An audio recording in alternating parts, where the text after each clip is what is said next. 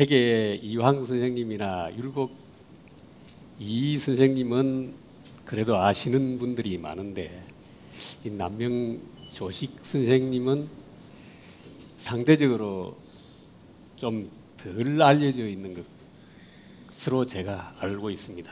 근데 의외로 이 남명 선생님 매니아들은 현재 많이 생겨 있습니다. 그만큼 알고 보면 참 매력 있는 선입니다. 그래서 제가 오늘 남명 선생님께서 살았던 시대 상황 속에서 남명이라는 분이 어떤 생각을 하고 어떤 행동을 하였던가를 설명을 드리고자 합니다.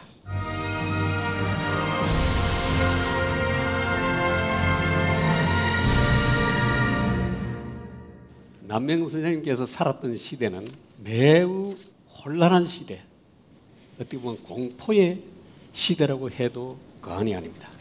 윤원영이라고 아시는지 모르겠습니다. 윤원영은 명종 임금의 외삼촌으로 문정왕후의 동생으로 1545년에서 1565년까지 약 20년간 권력을 좌지우지한 아주 무서운 사람이었습니다. 서울에서 같이 공부를 하고 같이 뛰어놀던 뛰어난 준재들이 윤원영의 손에 걸려서 죽였습니다. 이때에 그 유명한 을묘 사직서를 올립니다. 이때 조정에서 벼슬을 내리지만 나가지 않습니다. 이 나라가 벌써 망했다. 이 민심이 이미 다 떠났는데 100년 묵은 큰 나무가 이 벌레가 속에서 나무 진을 다 빨아먹어가지고 거울만 남았는데 큰 바람 해오리 한 불면 이게 어떻게 되겠느냐. 문정왕후께서는 생각이 깊기는 하나 깊숙한 구중궁궐의 한 과부에 지나지 않고, 전하께서는 아직 나이가 어리시어 선왕의 한 외로운 아드님일 뿐, 당신들이 정치를 말기는 뭘 알아 하고 난리가 났죠. 많은 사람이 윤원영은 더 했을 게 죽여야 된다고 난리를 뜨는데 결국은 남명 선생님을 죽이지를 못합니다. 근데 예를 들어서 해오리 바람과 비바람이 치면은 그 나무가 어떻게 되겠느냐. 결국은 이것이 임진왜란으로 드러나게 되죠. 근데 이때의 책 문제를 보면 자기 제자들한테 도대체 너희는 이 왜를 어떻게 대응하겠느냐. 대책을 답안을 내보라 하는 책문이 있습니다. 아마 이때부터 그런 그 문제의식을 심어놓으셨던 것 같아요. 예를 들어 곽재우 장군 같은 분은 왜군이 1592년 4월 13일 날 부산포에 상륙을 했는데 의병을 일으키는 게 한 20일 내지 21일 정도니까 열흘이 안 돼서 의병을 구성을 합니다. 그런 걸 보면 준비되지 않고는 그렇게 하기가 매우 어려웠을 것이다 라고 짐작을 할 수 있습니다. 72세되던 2월 8일에 제자들을 불러서 마지막 임종하면서 경과 의인은 서인의 영역으로 가까이 가는 가장 확실한 공부한 거예요. 진짜 공부라는 것은 내가 이 좋은 말씀을 듣고 좋은 가르침을 받았으면 내가 그런 사람이 돼야 되는 것이지, 입으로만 외우고 머리로만 이해를 하면 앵무새와 다를 게 뭐 있느냐. 그게 남명 선생님의 핵심적인 문제의식입니다.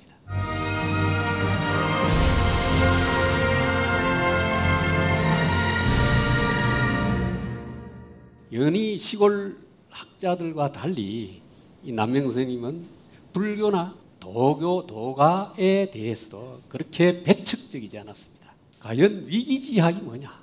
이 유학이 가르치는 본령, 그야말로 인이라든가 군자라든가 덕인이라든가 이런 걸 지향을 하는데 내가 어떻게 하면 그런 사람이 될 수 있을까? 이걸 그대로 고민하시는 겁니다. 그러면 남명 선생님의 학문의 특징, 이것은 무엇이냐? 남명 선생님이 제시한 신명사도라는 글과 신명사명이라는 글에서 가장 철저하게 드러난다고 보고 있습니다. 신명사도라는 것은 성현이 되기 위한 액션 플랜이라고 할 수 있습니다. 눈과 귀와 입, 국유에서 발생되는 삿된 사적인 욕심을 끊어내는 데서 출발해야 된다는 거죠. 그리고 거기에 익숙해졌을 때에 거기에 나타나는 경지, 그게 바로 인을 행하는 극기해서 복내가 된 상황이다. 작은 것부터 평소에 실천하는 습관, 일상화가 돼야 큰 게 왔을 때에 흔들리지 않고 딱 끊을 수 있다는 거죠. 경만 하고 의와 연결되지 않는 그거는 사경, 죽은 경이라고 봅니다. 그 다시에 임진왜란이 일어났을 때에 쳐들어오는 일본에 대해서 20일 만에 수도를 내주었습니다. 싸우는 게 옳은 것인 줄 알면서도 성리학을 공부한 거의 95% 이상의 조선의 사대부들은 다 도망가 피난을 선택했습니다. 그런 걸 남명학파에서는 남명선생은 뭐냐면 그 공부가 제대로 안 됐다 이렇게 보는 거죠. 남명선생님은 태근명이라고 요만한 칼이죠. 칼 요 자루에다가 내명자 경 외단자 의라고 딱 책이 있었습니다. 안을 내 내면의 마음을 밝히는 것이 경이요. 그걸 밖으로 드러내어 과단하게 실천하는 것이 의다. 이런 거죠. 자, 왜군이 침입했다. 아이 겁나죠. 근데 사실은 겁이 나는 그 마음의 싹을 사대부라면 적어도 성인의 길을 인을 실천하는 사람의 마음으로 가는 길이라면 그 마음을 잘라야죠. 그렇게 되면 밝아진 마음이 어떻게 판단을 하겠어요? 외적과는 싸워야 된다 하고 판단을 할 거 아니에요. 근데 남명선생께서는 또 한 가지 이기는 것이 옳은 거죠. 그렇기 때문에 주장만 가지고는 안 된다는 겁니다. 내 마음을 다스리는데 내가 그런 인을 실천하는 경지로 가는 데는 다른 어떤 분야의 가르침이라도 필요한 거 있으면 갖다 쓰라는 게 기본입니다. 그래서 병법도 배워야 되고 지리도 배워야 되고 다 배워서 전쟁에 이기려고 그러면 병법을 알아야 될 거 아닙니까? 곽재우 장군은 그 병법을 배우신 거죠. 남명 선생님의 생각을 가장 철저하게 바로 받은 분이 아니냐.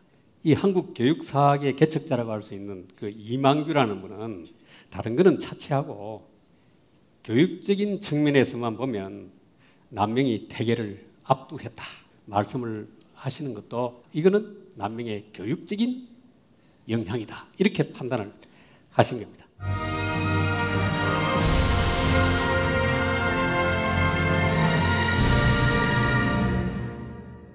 이게 남명선생이 가르치는 성인의 슈퍼 엘리트의 길은 바로 여러분 근처에 있다. 복잡한 사거리에서 앞차 꼬리 안 물어야 되는데 바로 그 순간에 꼬리 물고 싶은 그 마음을 딱 끊는 거예요. 그게 바로 여러분들이 대현 슈퍼 엘리트로 가는 첫걸음이다. 바로 그게 공부다. 이렇게 말씀을 하고 계시는 것입니다. 그리고 어떻게 보면 슈퍼 엘리트 큰 인물이 되는 쉬운 길을 오늘 우리에게 가르쳐주고 있는데 그 방법은 높고 먼 데 있는 것이 아니라 바로 우리의 일상 이 근처에 있다. 바로 이 순간에 있다. 제가 오늘 여기 강의를 하면서 여러분들의 지식을 좀 더 늘려주기 위해서 제가 말을 했다고 그러면 저 강의는 오늘 실패입니다. 인과 예와 덕 유교의 보편적인 가르침에 한 걸음 내가 나아갈 수 있는 길은 그렇지 바로 이 순간부터 있다 하는 그걸 알고 가시면은 바로 제가 전달하고자 하는 메시지의 핵심입니다. 마지막으로 우암 송시열 선생이 남명선의 신도비문을 지으면서 이렇게 써놨습니다. 내가 늦게 태어나가지고 선생님 문화에서 이거 입문은 못했지만 당시에 그 가까이 있던 여러 현인들의 논의로 상상하고 내가 추측을 해보면 천길 절벽 위에 우뚝 선뜻하고 해와 달에 맞서서 그 빛을 다툴 만했다. 그 기상이 그렇다 말씀하시고 임종하는 순간에도 오히려 경과 이의로서 배우는 이들에게 친절하게 깨우쳤으니 이 어찌 한 숨길이 남아있는 순간까지 한 점의 태만함도 용납하지 않는 치열하고 성실한 삶을 사신 예가 아니겠는가. 이렇게 우암 같은 대학자가 끝을 매기고 있습니다. 감사합니다.